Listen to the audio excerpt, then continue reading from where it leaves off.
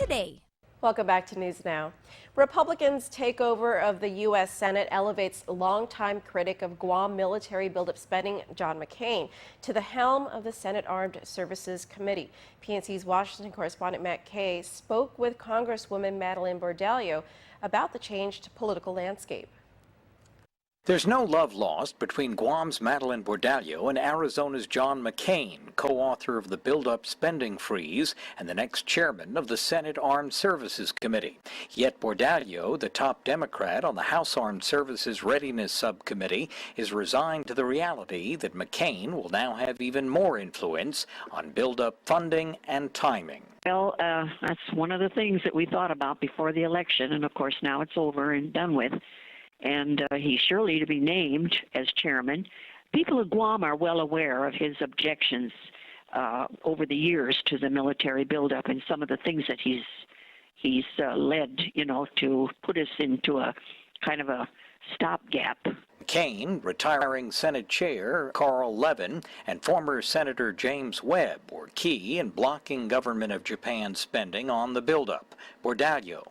And it became quite alarming to the Japanese because, they were aware. They said, are you going to spend the money or not?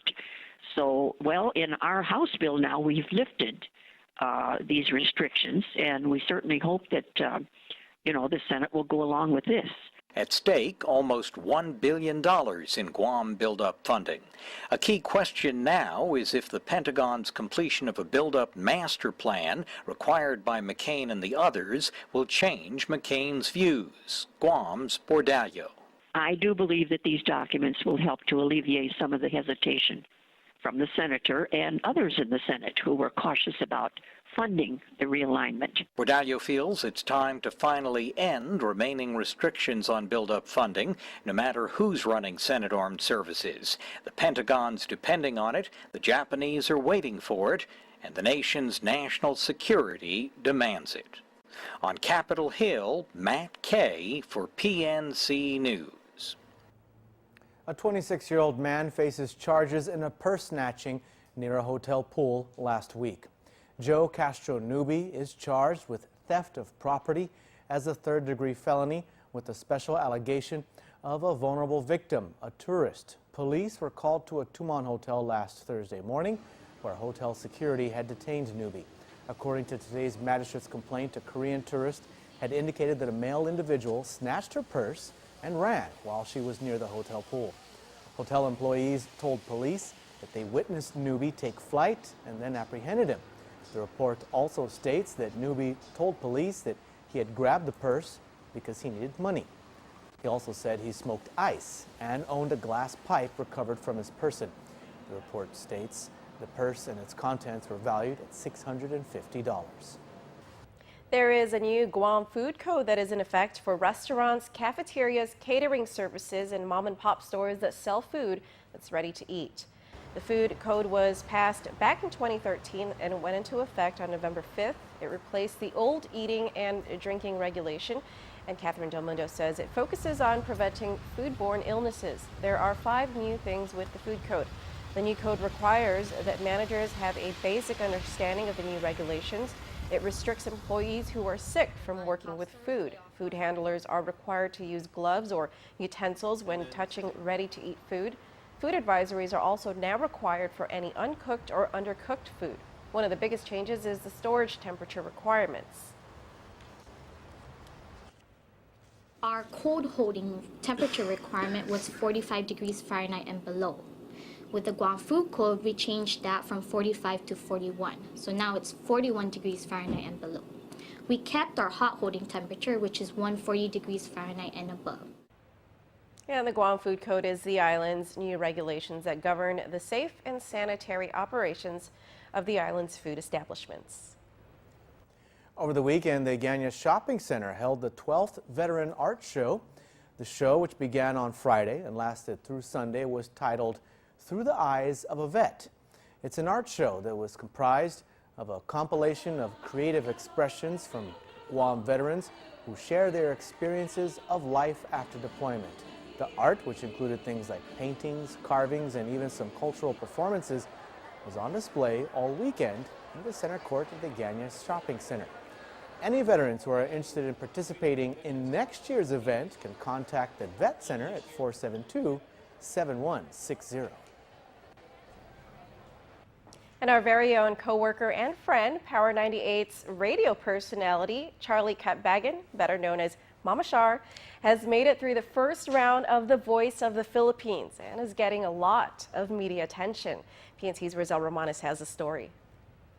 You came all the way from Guam. Yes. Why go back to the Philippines? Just because. Representing Guam, our very own Mama Shar is making headlines after he made it through the first round of The Voice Philippines with a standing ovation from judges. Many residents tuned in last night to the popular singing competition's blind auditions as Mama Shar sang his rendition of Brian McKnight's One Last Cry. If you haven't heard it yet, prepare for goosebumps. I guess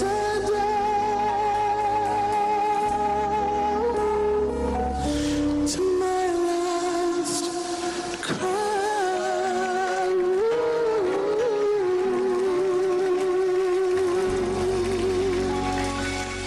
The quality of your voice was just all by itself. His performance earned him 2 chair turns and standing ovations from judges Lea Salonga and Sarah Geronimo. In the end, Mama Shar decided to choose his idol and is now part of Team Lea. Oh, you got my heart. You're wonderful. You're in good hands. Mama Shar's sister, Cherry Katbagan, sends him a message. Finally, the big secret's out. I'm so excited. Well, I just wanted to say I'm so proud of you. Guam, so proud of you. I always knew you would do great. You just needed that push from Mom and Dad. The Voice Philippines airs locally on ABS-CBN. A post on the station's Facebook highlighting Mama Shar currently has more than 20,000 likes. Last year, Mama Shar also represented Guam and Asia in the TFC CAT 2013 as one of the grand winners of the competition. When he gets back, listen to Mama Shar on Power 98 every weekday night from 6 to 10 p.m. For Sal Romanes, PNC News. Wow, congratulations, Yeah. Mama Shar. Definitely. Congratulations, Charlie. It's Mama Shar. Okay. Love Sorry. muffins. And Sorry, she Love Muffin. ended up on Lea Salonga's team. Do you know who Lea Salonga is? Now I do, because we were talking about her earlier. Yeah. Lea she's- Salonga is the voice of Princess Jasmine in the movie Aladdin. If you guys remember, I was a Wow. kid. I remember this. She was the one singing. That's Lea Salonga. Awesome. Yeah, so that's And then- a really good. Who's the other guy, the Black Eyed Pea guy? He's Filipino, but Black right? Eyed Peas. He's yeah. He's the Filipino member of Black Eyed Peas, Apple, right? something like that. Something like that, right? Something like that. Yeah, but yeah, we're very happy for Anyways. you, Mama Shar. And I think the video will be posted on our website if you guys want to watch it again. Definitely. Congratulations to Mama Shar. All right. Well, Rebecca Kim's standing by with weather. Rebecca. Hey, it is a brand new Monday. Hope you are enjoying every single moment of it. I'm Rebecca Kim with weather. A low pressure that gave us somewhat gloomy weather yesterday is now in west of the island, and it took bulk of showers with it along its way. A dry weather, on the other hand, will keep a chance of showers low tomorrow and on Wednesday. However, a chance of thunderstorms will increase tonight. Take a look. Skies will remain mostly cloudy tonight, and shower coverage remains minimal. Isolated showers and thunderstorms, and it will be less cloudy tomorrow, partly cloudy with isolated showers, and the same condition applies to Wednesday. East winds 10 to 15 tonight, northeast winds tomorrow, and on Wednesday, lows near 77 and highs around 89.